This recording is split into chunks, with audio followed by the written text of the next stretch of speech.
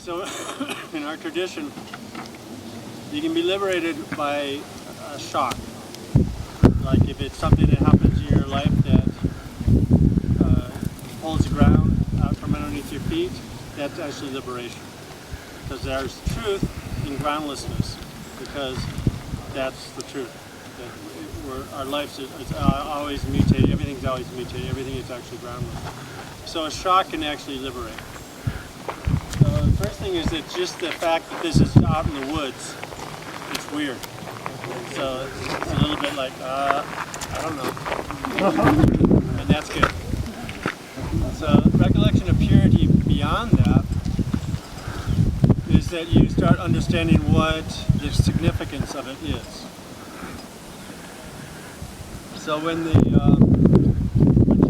Buddha, Shakyamuni Buddha, historical Buddha, was getting close to his death, one of his disciples, can you all hear me? Mm-hmm. One of his disciples, Shariputra, asked him, he's in your chant, Shariputra. He's the guy who asked all the questions. He said, what should we do when you die, when you pass into nirvana? Buddha said, cremate my body and put my relics in a stupa. Actually, he said 8 stupas, which are 8 different kingdoms that he taught in. And so he said that if you do this, then in future generations, it'll be no different than meeting me in person. That if someone comes to a stupa with curiosity or devotion,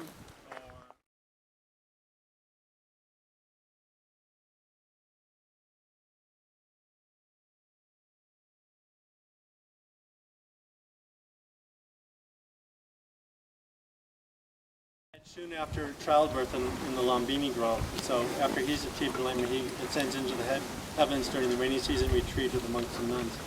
And he teaches them, and then he's supplicated by the human students to come back down to earth. So Indra's on one side and Brahma's on the other, and 3 staircases. The staircases are all connected to these staircases that are going down. The quality of supplicating wisdom to come down into the earth, onto the earth. So you're creating a sacred spot by bringing wisdom into it.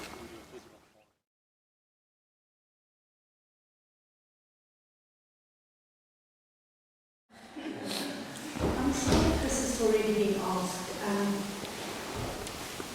Is it traditional not to go into stupas? Yeah, so traditionally you don't go inside of the stupa.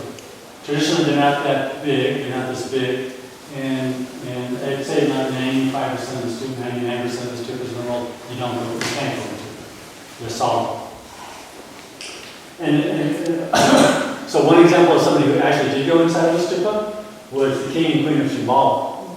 They went to the Buddha and they said, hey Buddha, we really like your, the thing you got going on. Feels good, feels right, but we have our responsibilities. We have our kingdom, we have our families, so is there something you can teach us? And he said, yeah, meet me in the Maravati Stupa, which is in southern India, and I'll give you some teachings. I don't know what he actually said, but something. Give your lineage chance. Vajradhara, is he? Yes, he's in the wheelchair. In the wheelchair? The great Vajradhara. So he's in the Kali lineage, the great Vajradhara, Telamara, Marpa, He's the progenitor of the Karmakagi lineage and also the Lupa lineage. And he's the Ati Buddha, means the highest Buddha. And he dark blue because he's the color of the autumn sky, it's the color of this deep space. So the element is deep space.